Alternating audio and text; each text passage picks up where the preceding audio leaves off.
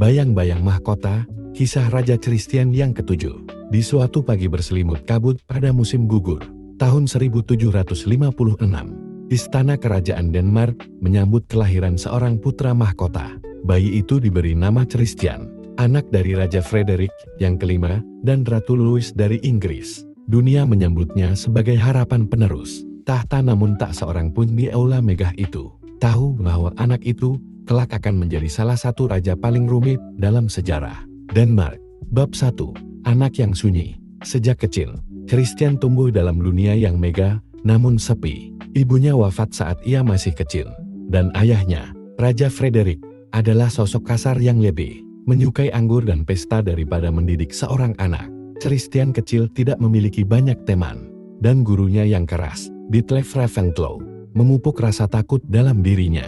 Ia menjadi anak yang pendiam, mudah cemas, dan sering bersembunyi dari dunia. Para pelayan istana kadang mendapati Christian berbicara pada dirinya sendiri, tertawa tiba-tiba, atau melamun lama di balik tirai. Para tabib tidak mengerti kondisi ini. Saat itu, penyakit jiwa masih dilihat sebagai kelemahan moral, bukan keadaan medis. Namun, Christian mewarisi tahta setelah ayahnya wafat pada tahun 1766. Ia baru berusia 17 tahun, terlalu muda dan terlalu rapuh untuk mahkota yang berat itu. Bab 2. Raja dalam bayang-bayang. Awal masa pemerintahannya penuh kekacauan.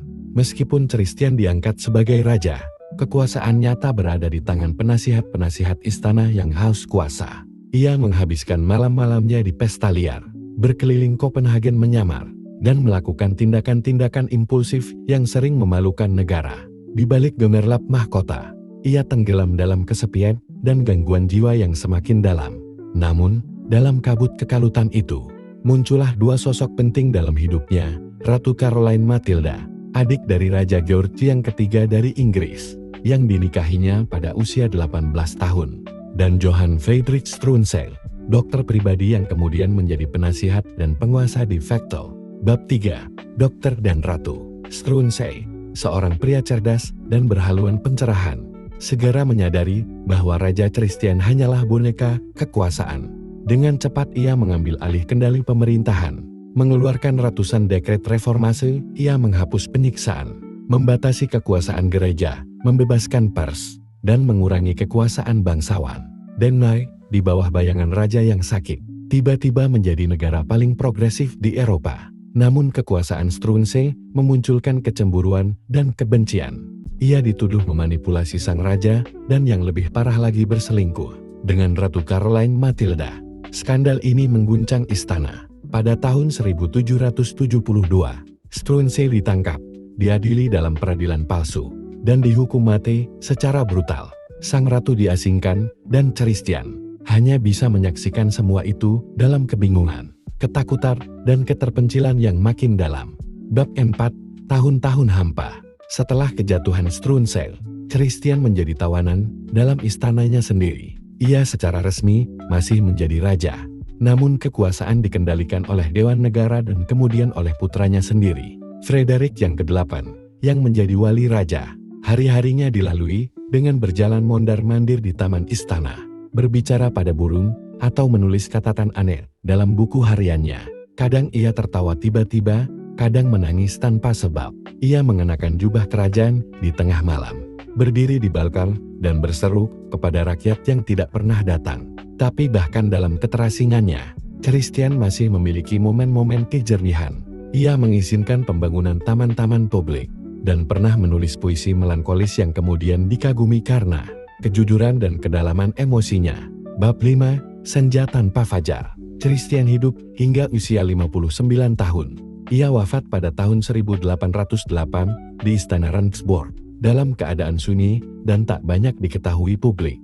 Ia telah menjadi raja selama lebih dari 4 dekade, namun tidak pernah benar-benar memerintah. Dunia telah berubah selama ia hidup, revolusi, perang Napoleon, dan kebangkitan nasionalisme, namun ia tetap terperangkap dalam pikirannya sendiri, dalam labirin gelap yang tidak pernah bisa ia lampaui. Namanya tak dikenang sebagai penakluk, bukan pula pembangun bangsa, namun sebagai sosok tragis seorang raja yang tak pernah sepenuhnya menjadi manusia bebas. Catatan: Christian yang Ketujuh memang tidak banyak meninggalkan jejak pemerintahan karena penyakit mental yang kemungkinan besar adalah skizofrenia atau gangguan bipolar berat. Namun, di bawah kekuasaannya, meski melalui Struensee Denmark mengalami reformasi besar yang menjadi fondasi perubahan di abad ke-19. Kisahnya adalah potret langka tentang kekuasaan, penderitaan batin, dan betapa sebuah mahkota bisa menjadi penjara yang tak terlihat. Bab 6, Struensee Cahaya dalam Kekacauan. Johan Friedrich Struensee datang ke Copenhagen pada tahun 1768. Seorang dokter kelahiran Jerman, dengan pemikiran pencerahan yang radikal dan pena tajam. Awalnya, ia hanyalah tabib asing yang dipanggil ke istana untuk menangani kesehatan Raja Christian. Tapi segera ia menyadari bahwa penyakit raja bukan sekadar kelemahan tubuh melainkan luka jiwa yang dalam, yang tak seorang pun ingin hadapi. Struensee mendekati Christian bukan sebagai hamba atau politisi, tetapi sebagai manusia. Ia berbicara padanya, mendengarkan kegelisahan-kegelisahan yang mengalir dalam gumaman dan teriakan lirih sang raja. Dan untuk pertama kalinya, Christian merasa dihargai. Ia mulai mempercayai dokter muda itu lebih daripada penasihat manapun sebelumnya. Kepercayaan itu membuka jalan bagi perubahan. Dengan surat keputusan kerajaan yang ditandatangani, Christian sebagian besar bahkan tanpa ia pahami Struensee menguasai administrasi negara. Ia menjadi orang nomor 2 di Denmark, bahkan lebih berkuasa dari raja itu sendiri. Di tangannya, Denmark berubah dengan cepat. Lebih dari 1000 dekret dikeluarkan hanya dalam waktu 1,5 tahun. Sistem peradilan dibersihkan, pajak-pajak rakyat kecil dikurangi, budak rumah tangga diberi perlindungan hukum, sekolah-sekolah didirikan, dan para bangsawan yang korup disingkirkan. Dunia mencemooh Denmark sebagai negeri yang diperintah oleh dokter gila. Namun rakyat kecil mulai merasakan nafas segar. Namun terlalu banyak perubahan, terlalu cepat. Bangsawan dan gereja, dua tiang utama kekuasaan lama, merasa terancam. Mereka memata-matai Struensee, menyusun konspirasi, dan menunggu satu kesalahan fatal. Dan kesalahan itu datang dalam bentuk asmara. Bab 7. Cinta Terlarang. Ratu Caroline Matilda datang ke Denmark dalam usia yang sangat muda 18 tahun. Dikirim dari Inggris untuk menjadi istri seorang raja yang tidak dikenalnya dan tak mampu mencintai. Pernikahannya dengan Christian adalah kesepakatan politik, bukan persatuan jiwa. Malam-malamnya sepi. Suaminya jarang berbicara padanya kecuali saat ledakan emosi datang. Ia merasa seperti burung dalam sangkar emas. Dan lalu, datanglah Struensee. Pria cerdas itu menawarkannya bukan hanya percakapan, tapi perhatian, pengertian, dan kehangatan manusiawi. Perlahan, hubungan mereka berkembang dari percakapan singkat menjadi pertemuan rahasia. Cinta tumbuh di antara dua jiwa yang kesepian. Meskipun dunia akan mengutuknya, rumor mulai beredar di istana. Ketika sang ratu melahirkan seorang putra kedua yang diduga kuat adalah anak Struensee, konspirasi mencapai puncaknya. Pada malam pesta topeng di awal tahun 1772, para bangsawan menyerbu kamar sang ratu. Struensee ditangkap. Ratu Caroline dipisahkan dari anak-anaknya dan diasingkan ke Jerman. Raja Christian, ia hanya berdiri dalam kegelapan. Tubuhnya gemetar, tak mampu berkata sepatah pun. Dunia di sekitarnya runtuh lagi. Struensee diadili dalam proses yang dipenuhi kebohongan dan tekanan politik. Ia dijatuhi hukuman mati karena menggoda ratu dan pengkhianatan terhadap negara. Pada pagi yang dingin dan kelabu, ia diseret ke alun-alun, dipenggal. Lalu tubuhnya dipotong-potong di depan kerumunan yang bersorak, haus darah. Ratu Caroline terbuang dari negeri yang tak pernah mencintainya. Wafat dalam kesendirian di usia 23 tahun.